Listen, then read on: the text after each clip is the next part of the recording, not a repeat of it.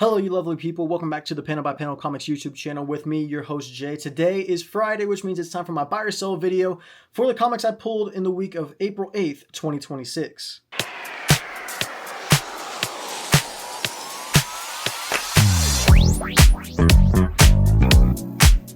So I have 5 books here on this buy or sell this week, starting off with not a number 1 issue, but a new story arc. We have Transformers. This is issue number 30, excuse my voice, issue number 31, 32 pages, $4 for this comic book. This is all Megatron focused, and we start with the trials that he has been facing now for quite some time, because he's been getting these visions of a power that is trying to claim him and make him reach his ultimate potential, but Megatron won't submit to it because Megatron doesn't submit it to anything. So we see him going through these trials. They just are continuously talking to him, talking like, hey, once you do this, you're going to become one of the most overpowered beings in the whole cosmic, or not cosmic universe, but whole universe as a whole, and the whole Energon universe. And we find that it only took, well, he was going through a lot of trials. I mean, you'll see the numbers there, like 6,000, 8,000, 9,000. And then ultimately, on the 10,000th trial, he dies to... there's a lot of void rivals involved in this comic book. We saw the Sharkticons, the Skuxoids, I want to say is their name, and then the character or the dragon that's inside of the Sacred Ring ultimately killed Megatron for the 10,000th trial. So he finally accepts his terms, doesn't care, and he goes searching for this voice. And he goes to this mountain that looks like the exact logo of the Decepticon logo, which is pretty cool. But Megatron meets the person that has been doing the voice in his head the whole time, and that is Megatronus, the man that is the ultimate Decepticon, the most strongest Decepticon that there has ever been. And it's interesting. We see Megatron has kind of been... He kind of breaks down and he succumbs and he yields himself. And he forms into a cocoon at the very end, and his spark is intact, and everybody's just like, well, what do we do? And you basically just have to leave him alone. But I really enjoyed this issue after the previous Transformers issue, where it was up and down. People didn't like the whole Optimus and Autobots kind of getting exiled from Elita Prime. I really enjoyed this one. I thought Transformers issue number 31 is worthy of a buy, and I'm on board for this new story arc that looks like it's more focused with the Decepticons, complete opposite of the previous arc where it was more focused on all the Autobots. Next, we go to Boom Studios. We have Neighborhood Watch. This is issue number 1, 32 pages, $5. This follows 4 main characters. We have Val and Cassie. Val is the chef here on the cover, and then Bianca and Jill. This is kind of color-coded for you throughout the entire comic. Blue is Willow Haven, the HOA, and then the orange is the Open Arms Intentional Collective, the people that are more friendly, I would say. The HOA people are HOA people, and if you understand what that means, hopefully you do. And if you're an HOA person, nothing against you, y'all just have a bad rep. So that's all I can really say about that. But these are 2 different stories kind of being told simultaneously. We get perspectives from both of the different groups, the HOA and then the Open Arms Collective. Val is trying to... she's a chef, so she organizes a lot of the food for the neighborhood, whereas Bianca and Jill, they just organize the HOA side, the events, and they kind of like the drama side of it, because who doesn't like the drama side of an HOA? We kind of get the morning routines for both Bianca and Val and how they differ. Val's already in the kitchen cooking food, and Bianca wakes up and she's going on a walk with Jill, but Jill isn't there whenever she goes to the door. And at the barbecue event, she asks her husband, who his name is Eric, as you can see on the blue side. Eric is Jill's husband. He's a police officer, and she gets a weird vibe from him. And he's also saying stuff like, if we can't trust police officers to man a grill, how can we trust them to keep our families safe?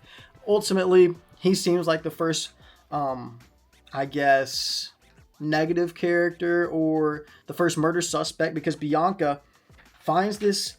she goes on her patrol at night, and she goes to the pool, and she finds a basement in the pool, and she's like, when has there been a basement in the pool, in the little shed at the pool? She thought that it was a fling going on, I guess, the late night conversation between Tina and Dan. I always forget what that word is called. It's blanking out on me right now. Whenever people are in a marriage and then they cheat on their partner, of course. But we get the other perspective of Val and how she finds out of this tunnel. She tried to reach for a sack of potatoes that was at the top of a shelf. The shelf falls down and there's a tunnel revealed behind her. And then at the very end, they both meet up and they find Jill shot and killed. And Bianca's like, what are you doing here? You did it, because it just looks bad. But Val's like, no, we need to get out of here. This is a fresh gunshot wound. The killer is still near. This was really good. I thought it deserves a buy. This is a buy for me. A Neighborhood Watch. I think it has a good premise, and I like where Sarah Gailey is going. The art was good enough from Haining. There wasn't a whole lot that needed to be done in this opening issue rather than establish the murder mystery that is going to be Neighborhood Watch. We didn't get a whole lot of Cassie, who is Val's, I guess, missing friend. Bianca had Jill go missing, and now they're going to team up to try to figure out this murder mystery between who killed Jill. Was it the husband? Was it somebody that pissed her off in the HOA? Somebody in the neighborhood didn't like her? Who knows, but I'm definitely looking forward to that. That is a for sure buy. Next, we go over to Ignition Press. This is Everybody Loves a Jewel Thief, issue number 1. This is 32 pages for the price of $5. This one, it's titled The Right Team, because this is the semblance of the team. And we start off learning a little bit more of the backstory of the main character. I always forget his name, but anyways, that's the main character, Chad Fredrickson, but he goes by Scott. Scott Fredrickson is the main character. And we see a bunch of people getting interrogated, and we also learn why he needs to commit this jewel this jewel robbery, I guess. Because he's down on his luck. He hasn't been able to get any publishers to sign on to a new book for him. And his professor is making job cuts. And since he's not a recent publisher, she doesn't see the value in him, so she unfortunately has to let him go. So that's the premise for why he's doing this jewel robbery. We don't get to any of the robbery in this issue. This is just the semblance of the team. And we kind of get a flashback of the main members of this team. There's Balls. I think one name is Dusty. His wife, Scott's wife, who has kind of fallen out with Scott because she still loves him, but she doesn't see a future with him because he basically can't survive for himself. He can't supply enough for him and his wife and create a new family. And we go to the bar and we have everybody trying to assemble this plan for what's going to go down with the bank robbery or the jewel robbery at this Prule, I think is her last name. Prule Jewelry Store, something like that. But that's the owner of the store, and that's the name of the store. And also, this is Dazzles, who they just brought in because she actually is a professional bank robber, or thief, I guess you could say. So they bring her in, and they assemble the team. And the main question at the end is, what we don't know and what I'm hoping you can tell me, this is the officers talking to the wife, who exactly is in the 50-gallon drum? No clue what that means, but that is the cliffhanger left for the second issue. So if you enjoy another mystery book that has to deal with a heist, I would buy into this. I'm going to personally buy into it. I understand if you don't want to. It's a short miniseries here for Ignition Press. I believe it's 5 or 6 issues. So this is a buy for me. Everyone Loves a Jewel Thief, issue number 1 from Ignition Press. That is a buy.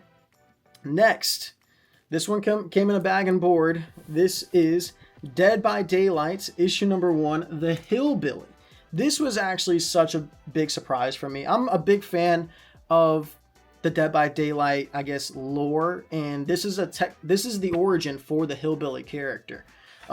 Starting off with the artwork, I did appreciate the little old school vibe of the artwork. The opening page description, it says, a hot summer in the middle of the American heartland. The streets are pacifying in their safety, but behind the scenes, the local police department works hard to keep themselves comfortable and to be the pride of City Hall. But for a rookie cop on patrol, the true danger is closer than it seems.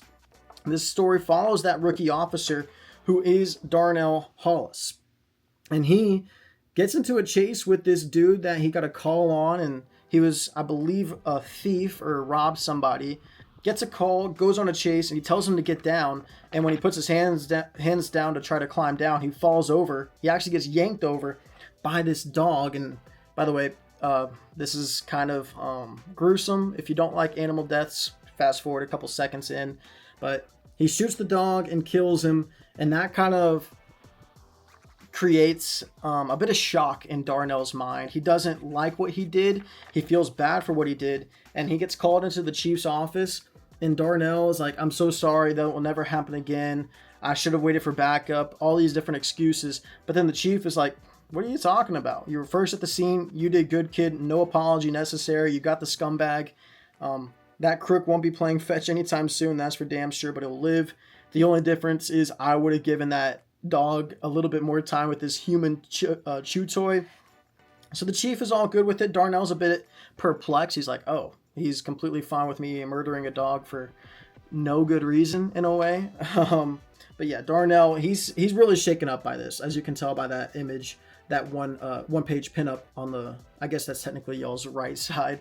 But this was a good story. Then he goes and continues on getting out to have a drink with the crew chief and some of his friends. They take him to this place called Grady's Club. And right away, I felt a bit weird because it says, you lost. This here's a members club only, boy. Well, he didn't say boy, but it kind of felt like that vibe of this is a racist town with a racist bar, because there's no people of color at all in this bar and in this lounge. So they start talking, and they're about to talk about a certain subject, but then they're like, hey, he hasn't been initiated yet. He's got to do the initiation in order to actually get to talk about this. So the initiation is going to kiss this pig at this farm. And we learn, as Darnell goes to go kiss this pig, this is the farm where the hillbilly resides. And at first, Darnell thinks he sees him cutting up human bodies, but that's kind of the effects from earlier in the day showing up. Or maybe it's not. Who knows? Maybe he actually was cutting up human bodies, but at least it appeared to be pigs. So the hillbilly, he escapes from, because he was chained to something, because he definitely doesn't look like a good person. But as he starts to crawl out of there, a voice in the house says, no breaks, boy, get back to work. Definitely weird. It seems like he has sort of a master or somebody that can control him. So that's an interesting aspect for the hillbilly character. But then the pig wakes up and he spooks Darnell, and Darnell has to run back to the car. But then you swore an oath, so quit dicking us around and just fess up. You didn't kiss that pig, did you? And of course, Darnell didn't kiss that pig. He got too spooked by the hillbilly and the pig. So he runs back to the car, and they're like, nope, we're not giving you a ride back. You're going to have to walk back in the dark. So Dead by Daylight, issue number 1, really cool. And also the last page, little description for the next issue. It says, it's a long walk home from the horrors of Coldwind Farm, but in the light of a new day, Officer Hollis can no longer ignore the shadows which cling to the corners of the police department. Really good first issue here with Dead by Daylight. The Hillbilly, I give that one from Titan Comics a buy, especially if you enjoyed the Dead by Daylight lore and mythos. I would highly recommend that book. Now, last but certainly not least, this has a chance to be my pick of the week. Like, seriously, this book, The Fury of Firestorm, issue number 1, was so unbelievably good. I mean, we start with Firestorm flying into this town of Bedford, Colorado, and we get like a 7-day, kind of like the Christmas jingle on the first day of Christmas, blah, blah, blah, blah, blah. It's kind of like that, but it's terrible. Like what Firestorm does to these people. He initially turns the city to glass and sand. They didn't like it. They rebelled. And then on the 4th day, the nuclear man transformed not only their world, but them as well. And he ends up killing, essentially, all the people that live in Bedford, Colorado. And this obviously catches the eye of the military. And yeah, they go and try to recruit Firehawk, or Lorraine Riley, to fight this battle for them and try to contain Firestorm. And so whenever she gets there, she tries to talk to Ronnie, and she's like, no, this can't be Ronnie. No way he would do this to these people. And when she gets there, she's like, Ronnie, is that you? And then he can only say you back, you. And then kills one of the generals, or killed Walters. And the whole thing goes crazy. Firebird's like, or Firehawk, she says, that is not Ronnie Raymond. And then if that's not Raymond, where is he? And we get a peek into the mind, and Ronnie Raymond is just very old school art here, by the way. I really like the contrast of the current day with this little, I guess, mind of Ronnie Raymond. It's just an old school Firestorm story. But then we find out, oh, you're not supposed to be here. And we find out that it's not Ronnie Raymond or Professor Stein in control of the Firestorm character. The actual Firestorm Matrix is sentient, and that's who's controlling the character of Firestorm. And Firehawk is like, yeah, we have to find Professor Stein, because it doesn't look like he's in the body. It seems like he might actually just be hiding out somewhere far away from the Firestorm Matrix, or whatever it is. This was a great book, A+, an A book all the way around. This is 1,000% buy Firestorm, The Fury of Firestorm, issue number 1. I'm already subscribed to the whole series because it is a mini series, so it's going to be a quick little mini series for Jeff Lemire, but a great issue 1. Guys, let me know down in the comments what was your favorite issue 1 from this past comic book week, and hit that subscribe button if you enjoy comic book content nearly daily. I post 4 times a week and plenty of shorts all throughout. But guys, remember to keep reading those comics panel by panel, and I hope you guys have a great rest of your week.